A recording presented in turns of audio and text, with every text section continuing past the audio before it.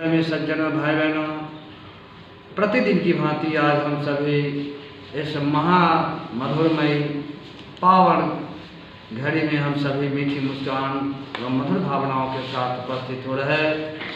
आज के इस महाप्रसंग में हम सभी जानेंगे कि यह हमारा शरीर एक परिवार की तरह ही है और कैसे है। आइए हम सभी एक दृष्टांत के माध्यम से जानते हैं कि यह परिवार, यह शरीर सभी परिवार के रूप है और मन में जितने इच्छाएं जो भी बैठी है वह सभी के सभी परिवार के रूप है। संतों ने कहा कि कौन बड़ा है हमसे परिवारी जगत में, कौन बड़ा है परिवारी। सत्य पिता है लज्जा है माता, सत्य पिता है लज्जा है माता, शील है धर्म नारी। कौन पिता कौन बड़ा है परिवारी जगत में, हमसे कौन बड़ा परिवारी। आइए इसको समझते हैं। मेरे धर्म परिवार, मेरे धर्म प्रेमी सज्जनों भाई बहनों, इस माध्यम से संतों ने कहा कि हमारे मन में जितने भी पवित्र भावनाएं हैं वह सब के सब परिवार के समान है। पवित्र भावना, सत्य जो है, सत्य कभी छोड़ने की चीज़ नहीं है। ऐसी मीठी भावनाएं और ऐसी शक्तिशाली भावनाएं हैं जो सीधा परमपिता परमात्मा से प्रेम कराता है, सत्य। और वह सत्य जो है हमेशा पिता के समान है, जो हमेशा इस संसार में अच्छे गुणों का बोध कराता है। और लज्जा माता के समान है, जो हमेशा वह शील गुण और मर्यादा सबसे जीने का पाठ पढ़ाती है। आगे संतों ने कहा कि कौन बड़ा है परिवारी जगत में, कौन बड़ा है परिवारी। नैन मोरा इंद्री है जगत में, नैन बड़ा है इंद्री। नैन हमारा ऐसी इंद्री है जो समस्त अच्छे बुरे का ज्ञान कराता है। हाथ हमारे भाई है, पैर हमारा साथी, जगत में कौन बड़ा परिवारी, जगत में कौन बड़ा परिवारी। ये हाथ हमारा छतरी के समान हर काम में करने में आगे रहता है और साथ आई है यह हाथ और साथ जिंदगी भर देता है और साथ ही यह जीवात्मा परम गति को प्राप्त होता है और यह मिट्टी का हाथ मिट्टी में मिलता है। ये पैर भी हमारे हर कर्म क्षेत्र में मदद करता है, जीने में मदद करता है और हमारी मीठी भावनाएं, मुस्कान भावनाएं, सभी मधुर भावनाएं इसी तरह से कार्य करता रहता है।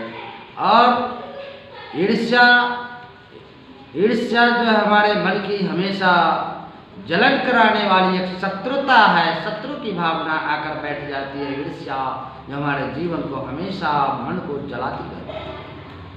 ईर्ष्या दूसरे के प्रगति देखकर जो मन में कुभावनाएं उत्पन्न होता है, ईर्ष्या कहलाती है। इसको भी एक शब्दों में विद्वान ने कहा कि ईर्ष्या तो न गई मेरे मन से, ईर्ष्या तो न गई मेरे मन से। सिर के बाल उड़ गए धीरे धीरे, ईर्ष्या तो न गई मेरे मन से। ईर्ष्या तो धीरे धीरे इतनी कुभावनाओं के जन्म तुम मेरे मन में डाल दिया कि अब मेरा चिंता से मन गलता है। मेरा मन निर्मल था और जब से तुम्हारा प्रादुर्भाव इस घर कर लिया तब से हम एक दूसरे से प्रेम भावनाएं कम गई। इसलिए ईर्ष्या तुम मेरे मन में घर मत बनाओ, तुम और कहीं जाकर निवास करो, लेकिन मेरे घर में निवास मत करो। जब तक तुम नहीं थी मन मेरे, तब तक मन खुशियाँ से झूम सारी, मना खुशियाँ से झूमे सारी। जगत में कौन बड़ा परिवारी, जगत में कौन बड़ा परिवारी। आइए हम धर्म प्रेमी सज्जनों भाई बहनों इसके और गहराई से समझते एक छोटे से दृष्टांत से कि एक बार की बात है, हमारे शरीर के अंग प्रत्यंग आपस में विचार करता है और कहता है, सबके मन में ईर्ष्या आकर बैठ गया और हाथ के मन ईर्ष्या जो है से हाथ के आकर भड़का दिया।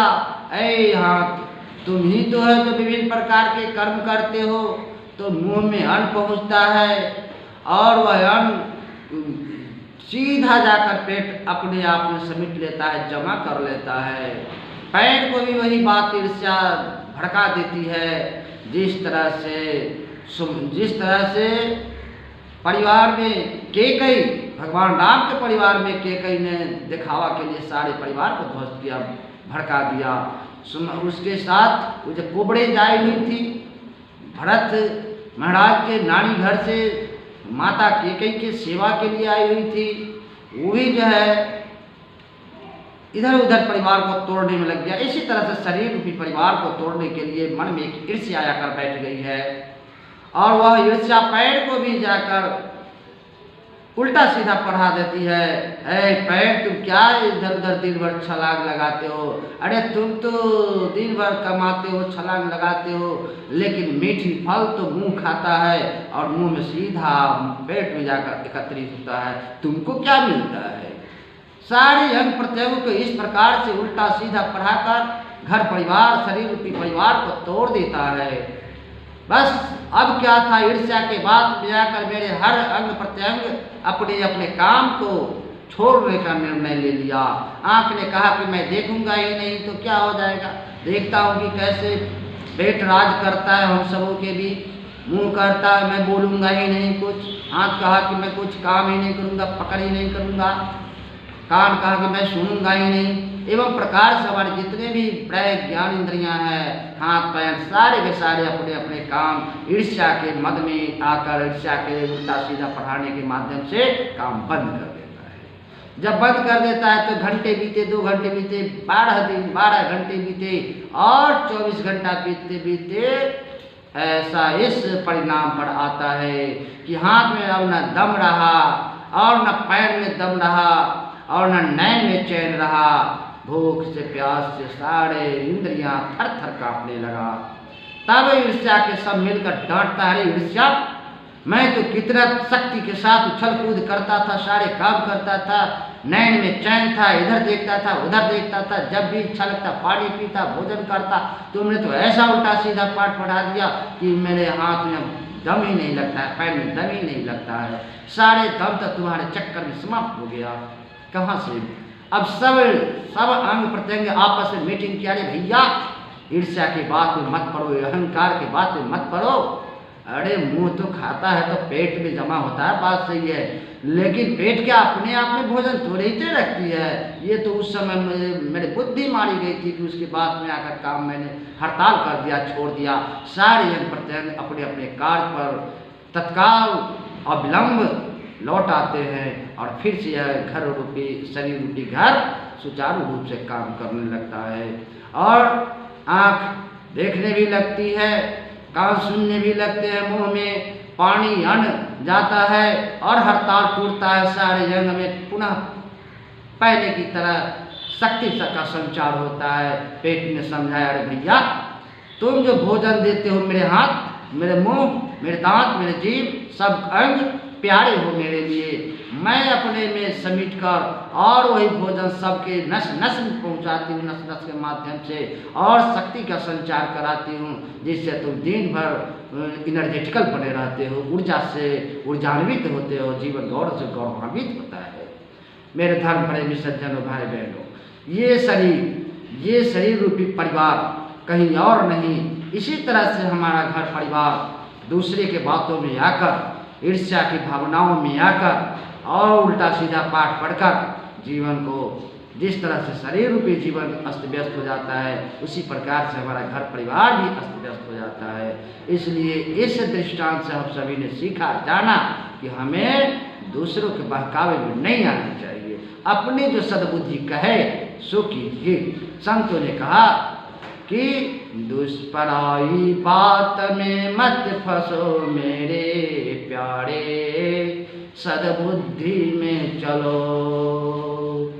सद्बुद्धि में जब चलोगे, अपने मन के निर्णय लेकर जो चलोगे, वह रास्ता सीधा प्रशस्त होगा। इस महाप्रसंग को विशेष प्रारूप न देते हुए इस वाणी को विराम की ओर ले चल रहे मेरे धर्म प्रेमी सज्जनों, भाई बहनों, इस शरीर रूपी इंजन को और शरीर रूपी परिवार को सुचारू रूप से चलने के लिए एक अपनी सद्बुद्धि की जरूरत पड़ता है और अपने आप में मीठी भावनाओं के साथ हिल मिलकर रहने की जरूरत पड़ता है। इसी प्रकार से जो धरती पर जो परिवार बस रहे हैं, माता पिता सारे लोग, सबके परिवार के साथ मीठी भावनाओं के साथ उपस्थित होने की जरूरत है।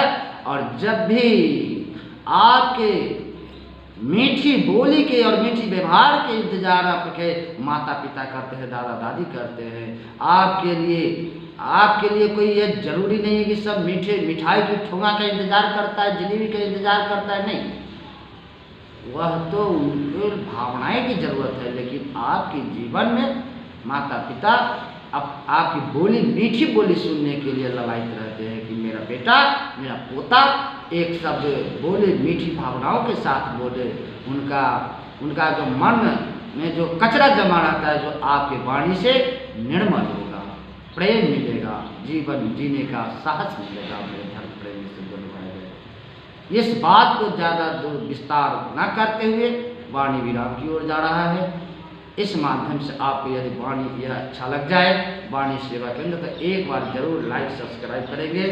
जय जय सीताराम महाराज की जय, वृंदावन बिहारी लाल की जय, जय जय सद्गुरुदेव महाराज।